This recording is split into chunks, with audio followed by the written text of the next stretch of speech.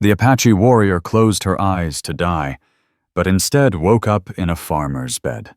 Wild West tale. Before we kick off this adventure, don't forget to hit like on the video and let us know in the comments where you're watching from. By noon, the frost still clung to the ridge. It hadn't melted in weeks. Up on that lonely rise about 2 miles above the old rail line, abandoned. After the mines collapsed, stood the cabin where Elias Boone lived. The ground there was hard sloping and dry with frost hanging to the grass like pale ash. His cabin, built by his own hands, faced east to catch what little light the mornings offered. Elias was 39, broad-shouldered, his hands worn thick from work. His hair had darkened with soot and weather gray creeping at the edges. A limp in his left leg slowed him on cold days, but he didn't complain. There was no one left to hear it. His wife, Clara June, and their boy, Levi Boone, had died 5 winters back. Fever took them quick, left, nothing but 2 wooden crosses behind the barn. Since then, Elias lived in silence. He worked the land as best as it would allow, fixing fences, planting beans and potatoes, tending animals. He rarely went into town, and when he did, he avoided talk. Folks always had too many questions. That morning, he was checking the southern fence. A storm had toppled part of the rail near the canyon's edge, splitting a corner post. Elias carried a new stake, a small axe, and a coil of hemp rope. His breath steamed white in the still air, each step crunching over frozen ground loud enough to echo against the canyon walls. The sun was out, but gave no warmth. He was bent over the broken post when something off to the side caught his eye.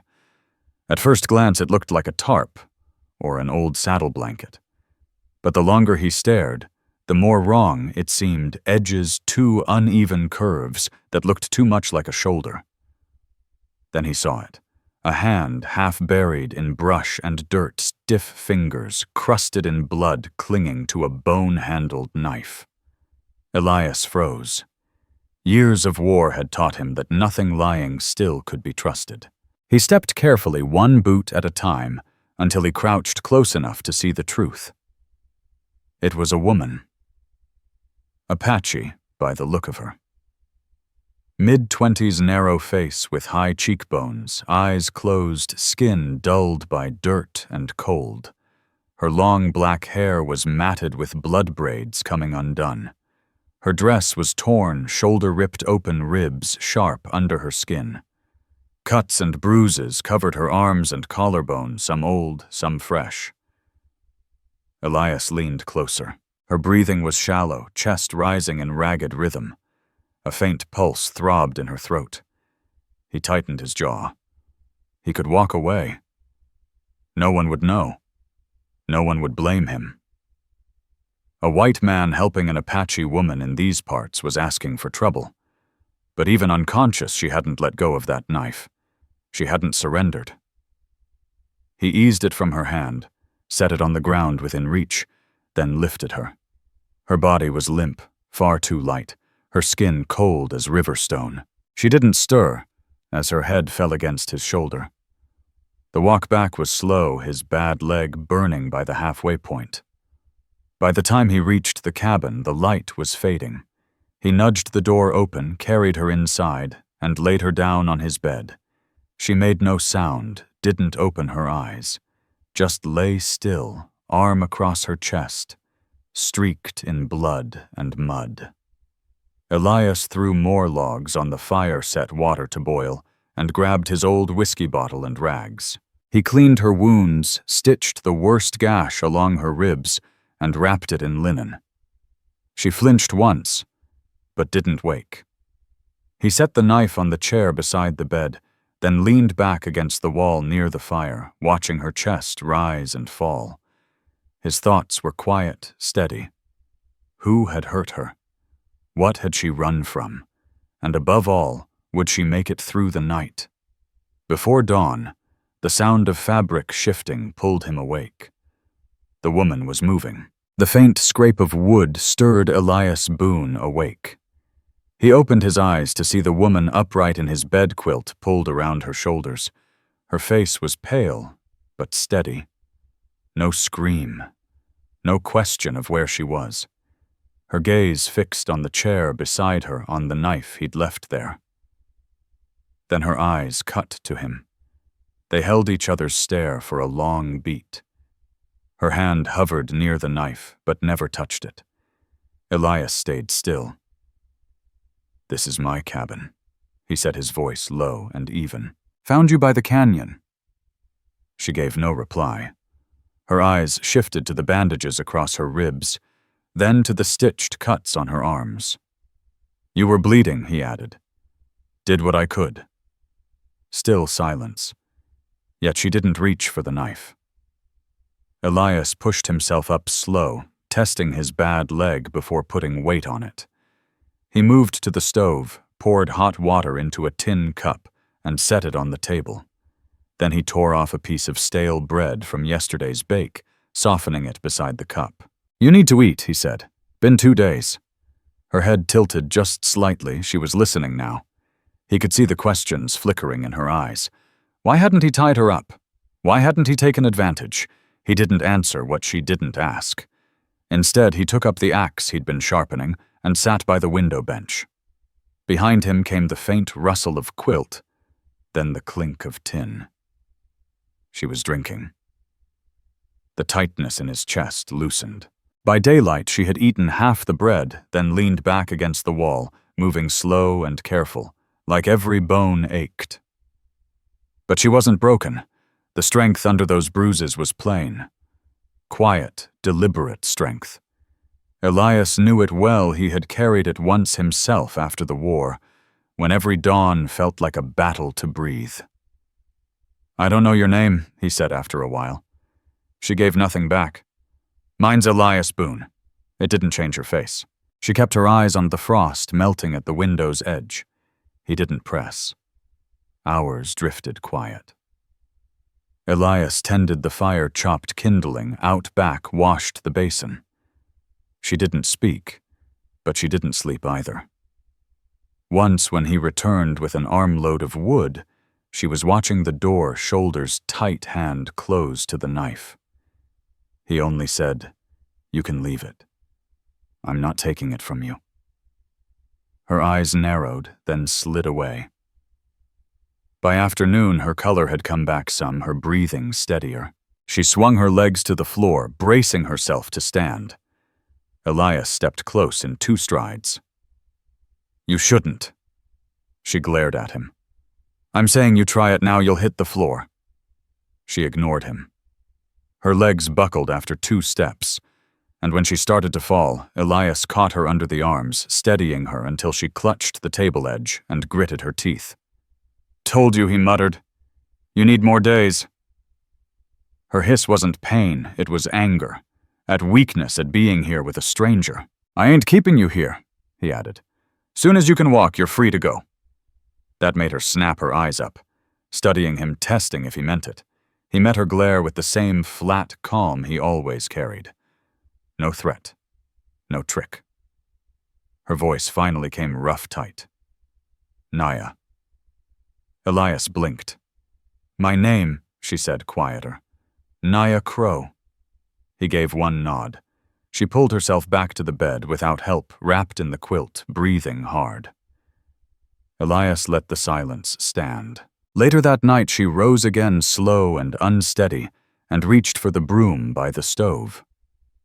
One hand braced her ribs as she swept the dirt floor in short, careful strokes. He didn't ask why. He just watched until the fire sank to embers. Back in bed, she tucked the knife beside her, not under the pillow, but within reach. Elias sat in his chair, staring into the coals. Tomorrow was a mystery, but for tonight she had chosen to stay. And that was something. The cold outside hadn't broken, but inside the cabin something shifted. Days stretched longer. Morning light found its way through the frost-streaked window, and the bite in the air eased some when Elias stepped out to the barn.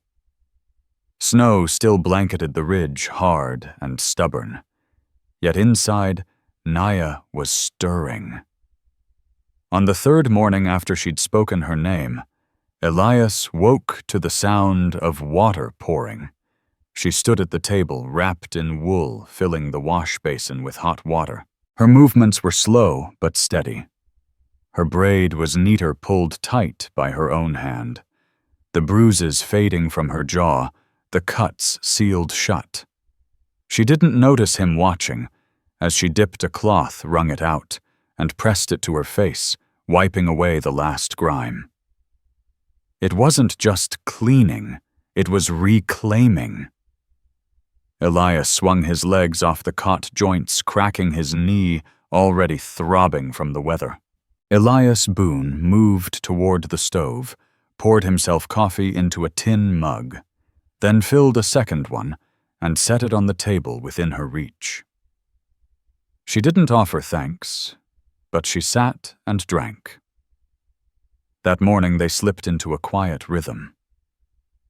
Elias stepped out to fix the sagging hinges on the chicken coop door, while Naya Crow stayed inside.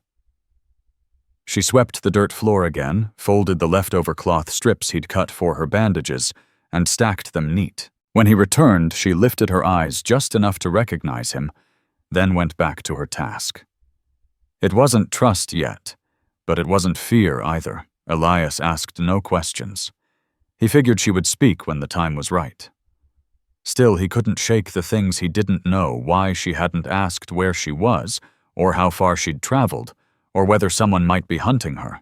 The bruises, the deep cut along her ribs, the old scar near her neck.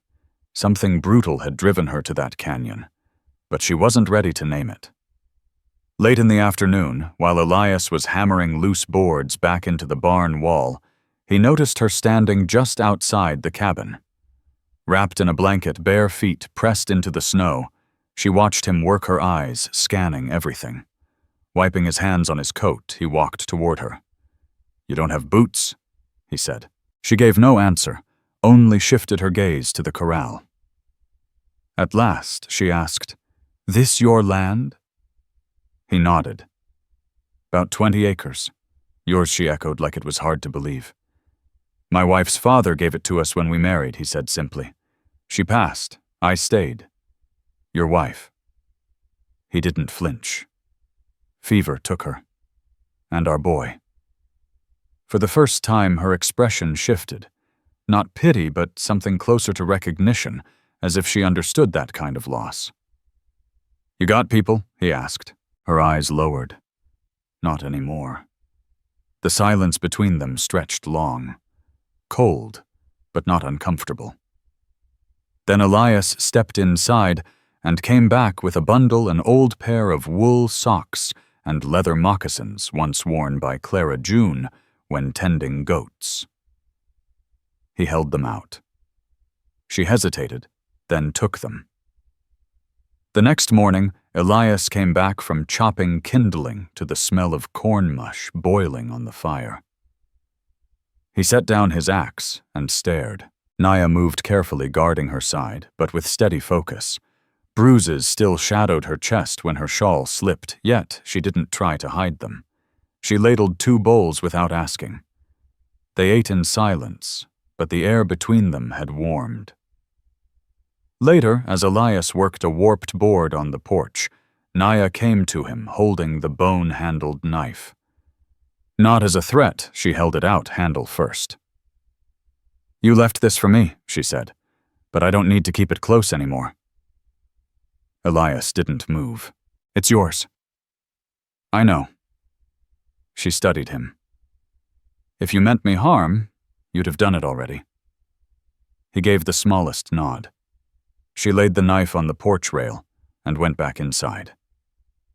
That night she helped him hang a new lantern near the cot. Standing on a chair, her arm brushed his shoulder, and she didn't pull away. Later she sat across the fire, knees tucked beneath the blanket. "You never asked what happened to me," she said suddenly. He looked up from the flames. "You'll tell me when you're ready," he answered. "Maybe soon."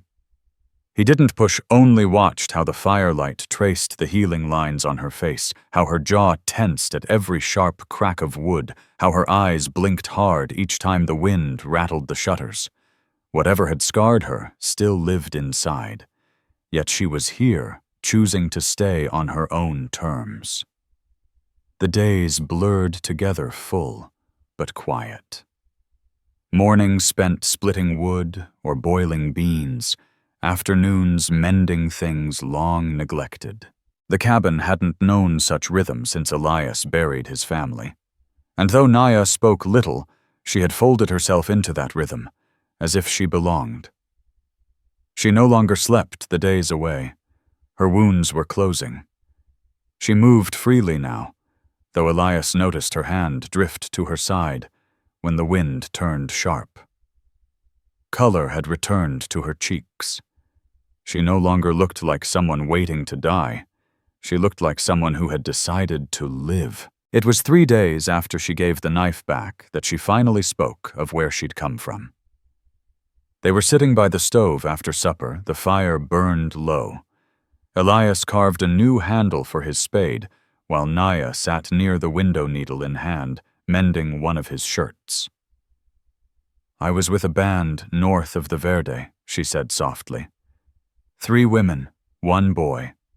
We camped off a dry creek bed past the stone ridge.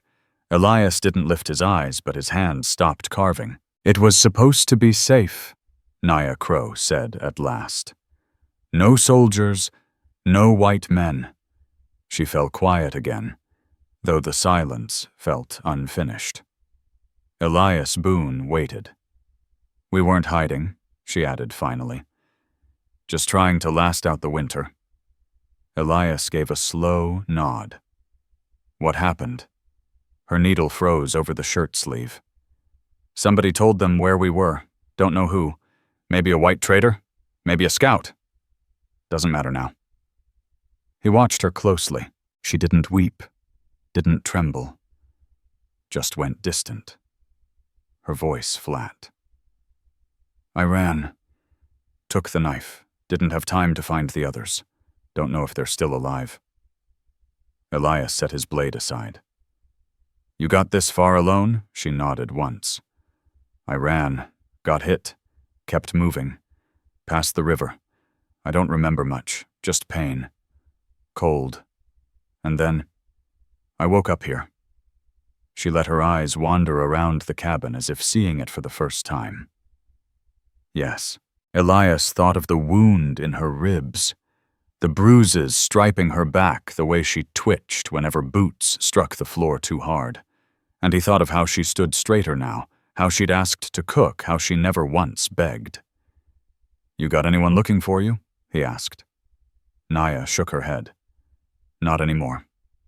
He didn't press. No need to.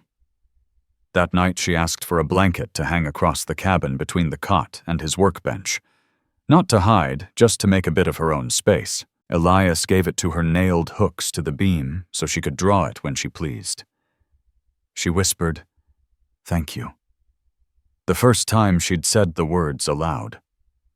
Next morning he found her in the barn, though he hadn't heard her leave. She was on her knees by the feed barrels, sweeping spilled grain into a bucket with one hand, rubbing her knee with the other. Her moccasins were soaked, her dark hair tied up out of her face. "You don't need to do that," he said from the doorway. "I know." She kept working. He stood a moment, hands loose at his sides. Then he picked up another broom. They worked side by side, wordless, until the barn was cleaner than it had been in years. She even helped him patch the door, her grip strong on the hammer, though her ribs were still healing. Once, as he passed her, a nail, her fingers brushed his. Neither of them pulled back. Later they sat on the porch for the first time together. The air was sharp, and still a few crows drifting over the trees. Elias rolled a cigarette with rough fingers, lit it, and offered her one. She took it, studied it, then handed it back. "I don't smoke," she said. "But thank you." He leaned back, boots planted in the dirt. "Why'd you give me the knife?" she asked after a while. "Because if I'd kept it, you never would have stayed." She nodded slowly. "Most men wouldn't have done that." "I'm not most men, I know." They sat in silence until the sun dipped behind the ridge. Inside, Naya lifted the stew pot over the fire. Elias stood behind her close enough to feel the heat from her back. Her shirt slipped from her shoulder, revealing a long scar down her collar. She didn't cover it. He raised a hand, but didn't touch. She turned just enough to meet his eyes, then leaned forward, resting her forehead against his chest, just for a heartbeat. Not clinging, not collapsing, just allowing herself to rest. At first, Elias didn't move. Then he set a hand gently against her back. Not to hold, just to say he was there. That was enough. The thaw came slow but steady. Days stretched longer. The wind softened. Ice retreated from the creek, and water began to sing again. Elias chopped wood at the clearing's edge, his coat unbuttoned for the first time in weeks. He worked slow, steady, the way a man does when his leg aches, and no one's rushing him. When he paused, he looked up and saw her. Naya knelt in a patch of thawed ground beside the cabin, spade in hand. She hadn't asked. She just worked. Clearing earth where the snow had melted, preparing to plant if spring came early. She asked if he had seeds. He gave her what he had left: beans, carrots, onions saved in a tin box once kept by Clara June. He didn't stop her. Didn't help either. Just watched a moment, then returned to chopping. There was something honest in the quiet between them now. Not wary silence, not distance, but ease. Familiar. That evening, while she stirred beans over the fire, he spoke without looking up. "You think they'll come looking?" He didn't have to say who. The ones who had chased her from the dry creek still haunted her thoughts, stirring the bubbling stew with slow, steady strokes. Naya Crow finally set the spoon aside. "They didn't follow me this far," she said. "I made sure of it." Elias Boone met her eyes across the fire. "But if they do—" She paused before answering. "Then I won't run again." There was no boasting in her voice, just a calm truth, hard and steady. Elias gave a short nod. "If they come here, they'll have to face me first." For a long moment she stared at him. Then, just above a whisper, "That's the first time anyone's ever said that to me." Elias didn't know what to say, so he didn't try. He simply poked the fire, letting the sparks rise while she ladled the stew. Later that night, as she sat cross-legged by the hearth, Elias reached up to the shelf above his cot and pulled down a small wooden box. She watched as he opened it and unfolded a single sheet of paper. "What's that?" she asked. "My land deed," he said. "The original, signed in town before the war." Her posture shifted, interested. He held the paper toward the firelight. The ink faded, but clear enough. Never mattered much before, he muttered. But maybe it does now. "Why now?" she asked. Instead of answering straight, he turned the paper so she could see the signature. "Clara June," he said quietly. "My wife." Naya didn't speak, only gave a slow nod. She understood this paper was more than a claim on land. It was proof of love, of loss of a life ended. "You never thought of leaving?" she asked. "Plenty of times," he said. "But the cabin stayed. So I did too." Naya ran her thumb along the frayed edge of the blanket. "I think I lingered in places I should have left, and ran from places I maybe should have stayed.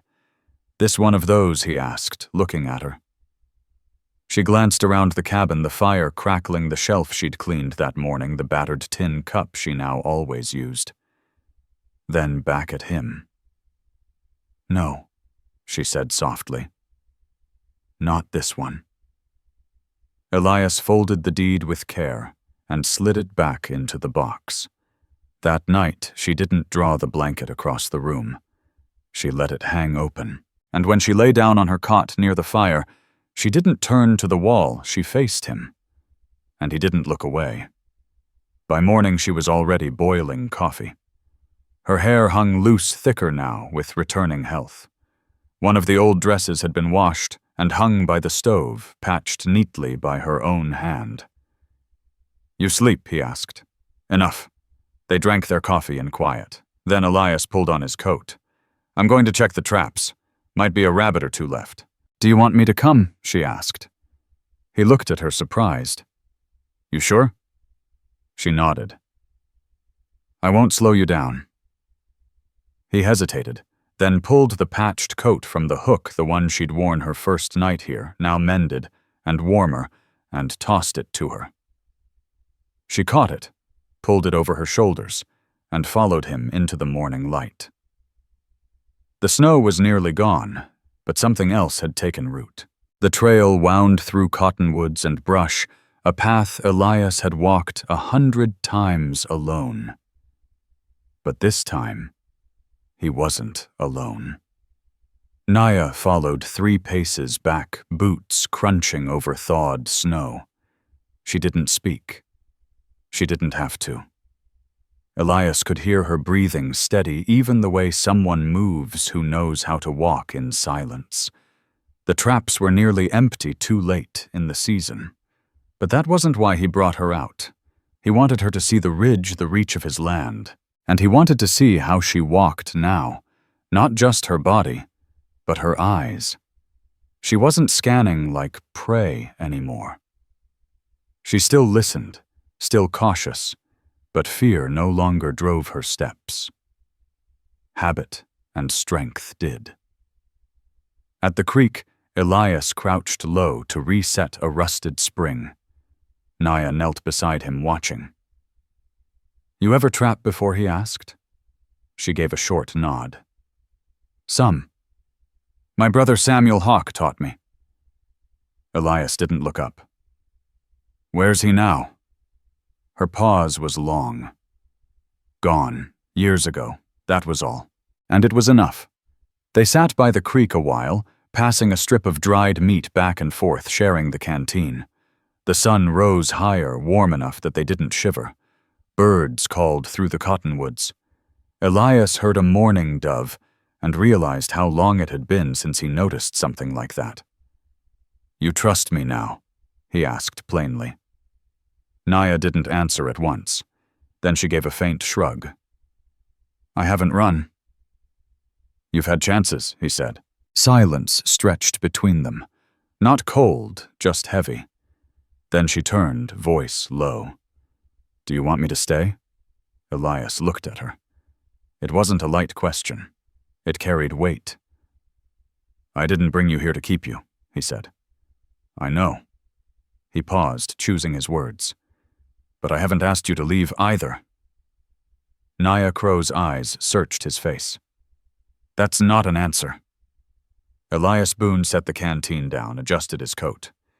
"You want plain truth?" "Yes." He gave a slow nod. "I don't know what this is yet, but the cabin feels less empty when you're in it." Naya didn't smile, didn't look away. She simply let the words settle like dust drifting across old wood. That evening back at the cabin, they sat closer than before. Not touching, but close enough that the fire's warmth brushed them both, and their shadows crossed on the floorboards.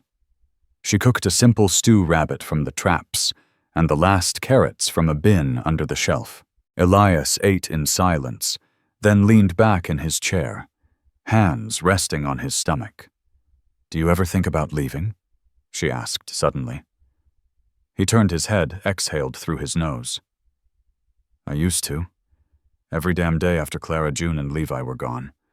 But when there's nothing left to go, to the urge dies."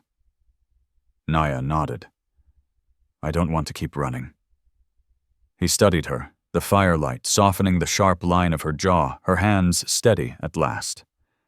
"You don't have to," he said. She rose, slowly, walked to the cot where her things were folded neat. From a small pouch, she drew out a polished stone, dark green with flecks of red. "This belonged to Morning Dove," she said quietly. "My mother. It's the only thing I kept." Elias stood as she placed it on the shelf above the stove. She didn't explain why. She didn't have to. He understood. That night she didn't return to her cot. She stayed near the fire, and when he stood to bank the coals, she rose too close enough for him to reach out. His hand touched her braid. Her breath hitched, but she didn't pull away. "You sure?" he asked. Yes. It wasn't rescue. It wasn't loss. It was choice. When they lay down together, it was quiet, unhurried. Hands on skin, not to claim, but to promise. No vows spoken, no declarations made. Yet by morning, when she woke against his chest with his arm resting at her waist, something had shifted.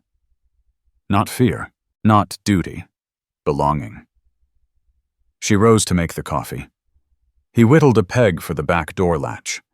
The rhythm of life returned, but now it was shared. That evening, while she swept near the hearth, Naya asked, "What was your son's name?" Elias paused. "Levi Boone." She nodded. "He would have been proud of you." He didn't answer, just met her eyes. And for the first time in years, the old fire of grief dulled, replaced by warmth, something steady, something that stayed. The days after carried a new weight. Not suspicion, but quiet tension neither spoke of. Elias noticed it in small ways, how Naya no longer flinched when their shoulders brushed by the stove, how she met his gaze instead of looking past, how she tended the wash basin, folded quilts, swept the floor without being asked. The bruises faded from her face. Her voice grew stronger. Her steps no longer dragged. By the fourth morning, she asked for a knife to chop vegetables. Elias handed her one without a thought. "I ain't seen anyone walk out of a storm like that," he said, watching her slice potatoes. "I didn't walk out," she said without looking up. "You carried me." He nodded, accepting it. Still one question hung in the air. Why had no one come searching for her? He knew the marks of cruelty when he saw them burn scars near her ribs. A knife wound low at her hip, the fading bruise beneath her jaw. Those weren't from a single ambush. That was years of abuse. She never named the men, and he didn't press. One night with rain tapping against the roof, she asked, "Why didn't you go back east after the war?" He sat barefoot, sharpening a chisel by lantern light. "No reason to. Family's gone, land's here. Easier to stay put." She sat beside him, mending a blouse. "But it's hard land, hard life." He shrugged. "I'm a hard man." "You're not," she said. He looked up. "I ain't soft either." Her head tilted a smirk that wasn't quite a smile. "You're honest. That's rarer than kindness." Elias carried those words with him the rest of the night. By morning, hoofbeats shattered the stillness, fast, urgent, rolling hard down the ridge. Elias was out the door before Naya could react. He grabbed the rifle hanging by the doorway, checked the chamber, and planted his boots firm on the porch. His eyes cut to the tree line where the trail broke open. Naya Crow stood behind Elias Boone, silent as stone. The rider came into view, just one man, young, maybe 25. His face was half hidden behind a red scarf dust clinging to his skin, reins tight on a paint gelding. He didn't draw a weapon, only slowed when he spotted the rifle leveled his way. "Elias Boone," the man called out. Elias didn't lower the gun. "That's me." "I came out of Bisbee," the rider said. "Name's Travis Cole. New post rider. Got a letter for you." Elias narrowed his eyes. Mail wasn't something he expected. "Didn't figure on that." "Me neither. Travis muttered, dismounting. He pulled an envelope, the seal stamped from Flagstaff Courthouse. Elias lowered the rifle just enough to take it. Travis swung back into the saddle. Didn't mean to startle you, just doing my rounds. You always cut through here? Elias asked. Once a month now, trying a new route? Sheriff said you used to be registered down in town. Figured you ought to get what's yours. With the tip of his hat, Travis rode off down the slope. Naya watched him go, her hand resting near the knife at her waist. Inside, Elias broke the seal. His eyes scanned the legal script, then he laid it flat on the table. What is it? Naya asked. Notice of forfeiture, he said evenly. Land deed expires unless I file renewal in person. When? By spring. Then we'll make it, she said. He lifted his gaze. She didn't correct herself. He rubbed his jaw. We'd have to leave before April, through Clifton. Stop in Silver Falls, maybe. Then we do that.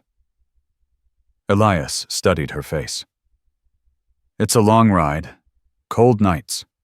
Roads ain't safe. I've had worse. He didn't argue. That night she curled into him without hesitation. His arm around her felt less like caution, more like habit. You want me to take your name, she whispered in the dark. He blinked. You don't have to. I know. But do you want me to? He was quiet, then pulled her closer. I'd give it if you asked. I'm asking. He kissed her temple.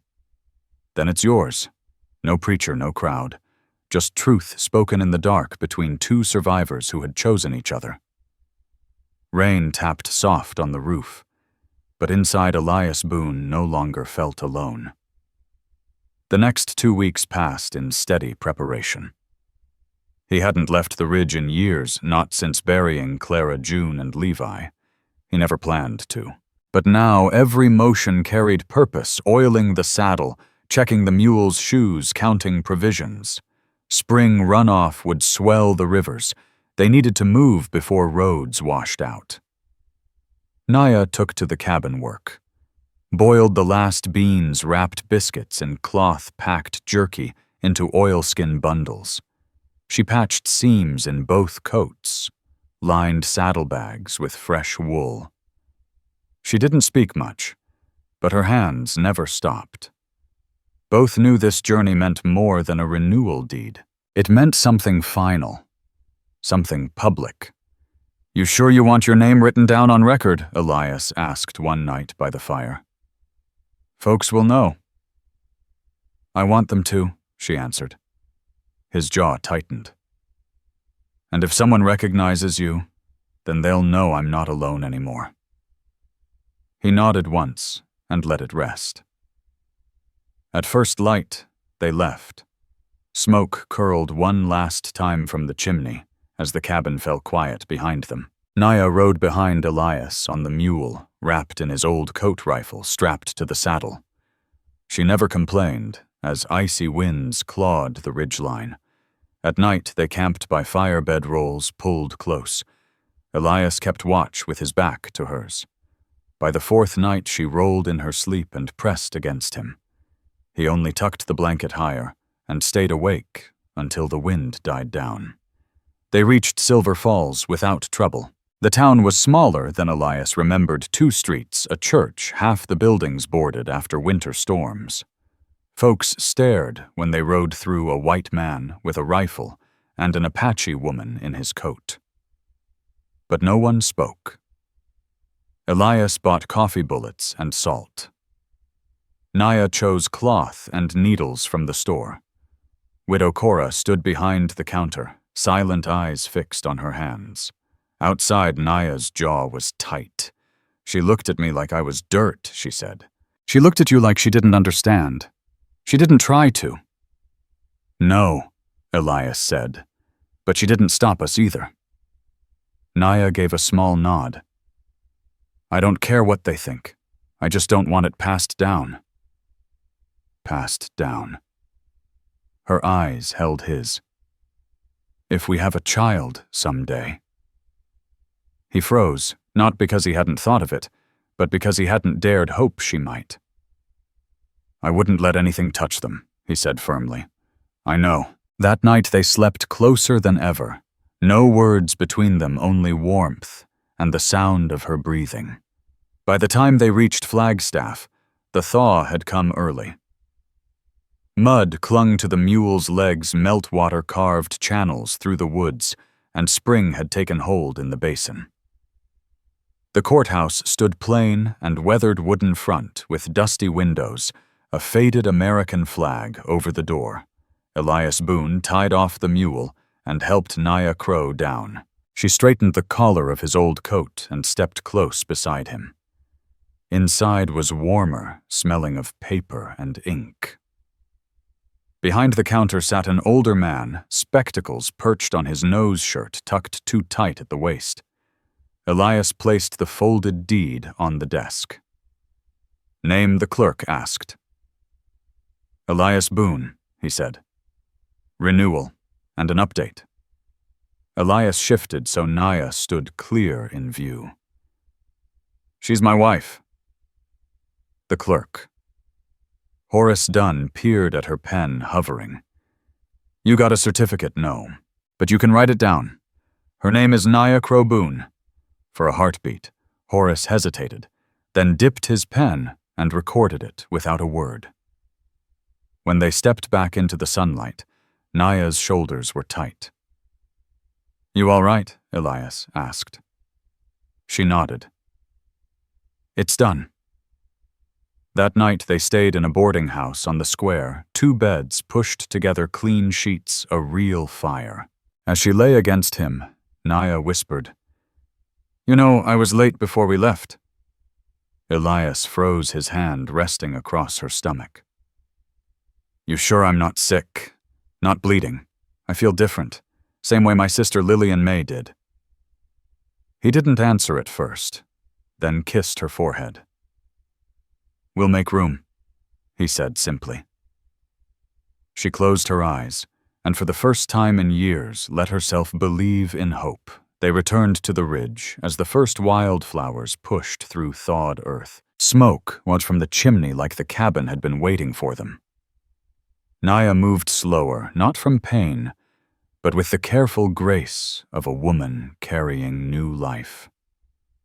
She didn't need a doctor to tell her her body already had. She was with child. Elias, not a man given to smiles, found himself watching her differently now. Protective, steady, certain. There were no doubts left. Not about her, not about him, not about the path they'd chosen. Their days fell into rhythm again, but steadier than before. Elias rebuilt the shed roof with new pine boards. Naya boiled linens, stitched small cloths for the baby, dug a garden bed near the slope. He lined it with stones to keep the spring rains from washing it out. They brought down the cedar cradle box Clara June had once carved. Naya painted symbols from her people across the sides, bold and sure, above where Elias carved 2 names, Levi for the son he had lost, and Maggie Boone for the child soon to come. One morning, while Naya sorted herbs into jars on the porch, Elias sipped his coffee and watched the ridge trail. No riders had passed since Travis Cole delivered the letter. If anyone had come looking for her, they were too late now. The deed was filed. The land carried both their names. No badge, no Bible could strip that away. You miss them? She asked softly. He didn't need to ask who, every day, but not like before. I think about mine too, she said. Samuel Hawke, Lillian May, all of them. You think you'll ever go back to where they were buried? She was quiet for a long while. Then, no, not if it's just to stand over graves. But if we build something here that carries their memory forward, then I don't need to. Elias reached for her hand, rough thumb brushing her palm. She let him take it. That afternoon, they walked the property line together. Not as patrol, but as ritual. Two souls measuring the boundaries of their peace. When they reached the canyon edge, the very place he'd first found her half buried with that knife, Naya stopped. "I was ready to die here," she said. "And I was just trying to mend a fence," Elias answered. She glanced over her shoulder. "Funny how both of us were standing at the edge." "Not anymore," he said. She turned, wrapped her arms around his waist. He held her careful, mindful of the new life between them. The baby came in early fall. A quiet birth, just the two of them. No screams only. Naya's steady breath, and Elias's strong hands doing what needed doing. Boiling water, cutting cloth, steadying her through the pain. When it was done, and the child's cry filled the cabin, Naya laughed through tears. "It's a girl," she whispered. Elias cradled the tiny bundle as if it were sacred. Naya named her Maggie Boone, a name stitched from 2 lives, one lost and one reborn. They raised her without ceremony, but with wood, stacked high beans, always soaking, and hands clasped when the sun went down. Years later, travelers passing along the ridge trail would hear stories about the quiet rancher and the Apache woman who lived up in the hills. It wasn't a tale of war nor one of tragedy. It was the story of a man who thought his living was over and a woman who had nearly slipped away. 2 souls who refused to let go, who built something that lasted. If this story has touched your heart, I invite you to stay with us to discover more true tales of the Wild West. Stories that honor resilience, tenderness, and the spirit that God placed in those who blazed the trail. Subscribe, share, leave your thoughts in the comments, and join us once again to journey across this untamed land. Thank you.